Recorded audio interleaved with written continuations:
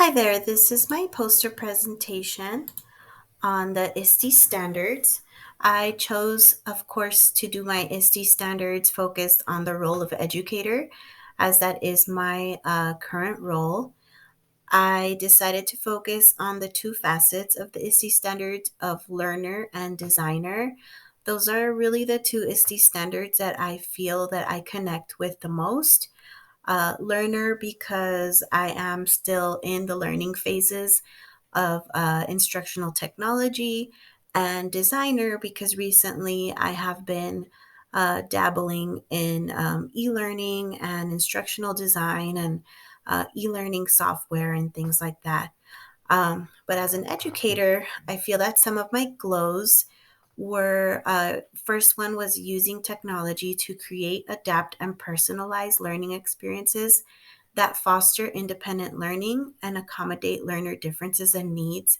I feel like this is something that, just in general, as teachers, we do on a constant basis, whether it's with technology or not. But definitely adapting and personalizing the learning experiences is something that I'm doing more and more often as I get to use more technology in the classroom. One of the ways that I do this is by keeping in mind my accommodations and modifications that I have for my students. And so that allows me to kind of adapt the activities that I choose for them.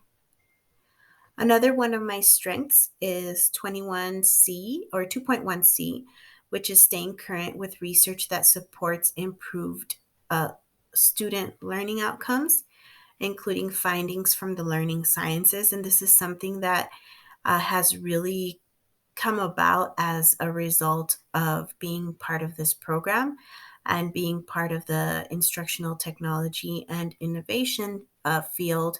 I feel like we're just constantly researching and staying current with what we're doing, especially with the things that our professors exposed us with anything that has to do with instructional technology, and then now having to do with our laws and policies that we have from the government. And so I feel like that's staying current is something that is definitely um, the norm now ever since we've been in this program. My third strength that I pointed out was setting professional learning goals to explore and apply pedagogical approaches made possible by technology and reflecting on the effectiveness. At my campus, I think it's just at any campus, really, we're constantly setting professional goals and applying them to the pedagogy in our classroom. Unfortunately, the campus that I'm currently at is not very tech forward. They actually kind of frown upon the fact that I use technology so much in the classroom. So it's been a little bit of a struggle being part of that campus because of that. But regardless of their feelings towards my use of technology, I still try to set my goals towards that. And I'm constantly reminding my administration that this is what I'm pursuing and going to school for.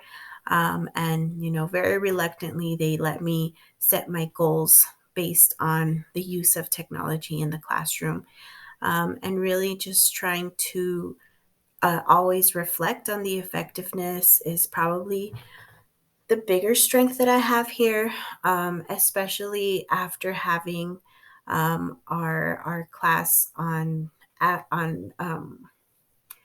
action research and being able to utilize that knowledge to reflect on the effectiveness of our practices. So those are my glows, my strengths that I feel that I have in regards to the ISTE standards. For my grows or my weaknesses, I chose for the first one, pursuing professional interests by creating and actively participating in local and global learning networks. This is something that I've never really been strong in. I actually don't even have social media, so I don't have Twitter or TikTok or Instagram or Facebook.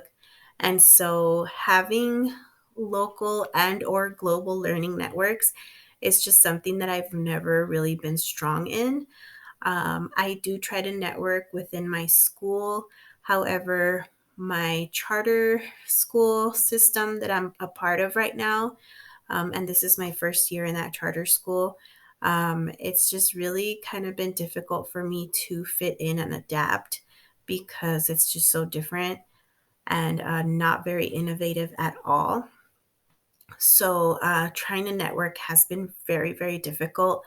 It was prior to me joining the charter school, but now even more so. And so that's something that I feel that I could really grow in.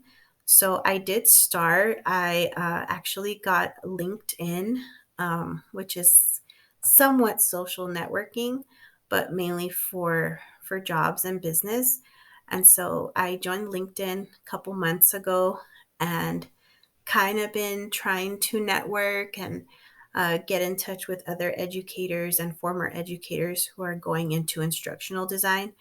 And so I've kind of been opening my network up that way, not so much within the field of traditional public education, but mainly with instructional design. And a lot of instructional designers are former educators. So I've kind of found like a little small network there.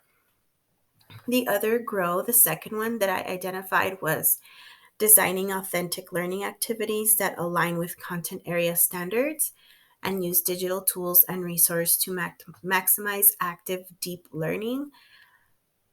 I really feel that some of the activities that I have for my students are mainly to assess them.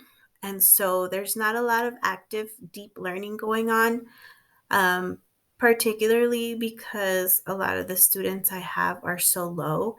And so we're really just focusing like on the basics, especially because I have a lot of special ed students and I have a lot of English learners.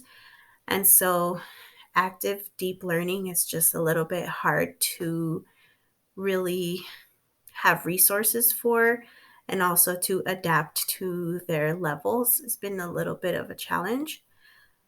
And so, yeah, I do use a lot of learning activities and I do align them with content standards. But I think what I really struggle with is the active and deep learning part. For the last grow that I had was 25C, explore and apply instructional design principles to create innovative digital learning environments that engage and support learning. So I am currently part time working for an instructional design company. And so I chose this as my grow because I really want to focus on being a more strong instructional designer, even though right now I'm working for a corporate setting and doing instructional design for corporate companies. Um, I really want to try to apply the instructional design strategies that I'm learning and the principles that I'm picking up in instructional design and see if I can incorporate that a lot more in the classroom. Like I said, unfortunately, I don't have a lot of support from my administration, so it has been kind of difficult for me to be able to do anything with technology and or innovation in the classroom that I'm currently in. But I'm still going to continue trying to apply some of the instructional design strategies that I'm learning and just continue to explore um, the digital learning environments for my classroom. Thank you.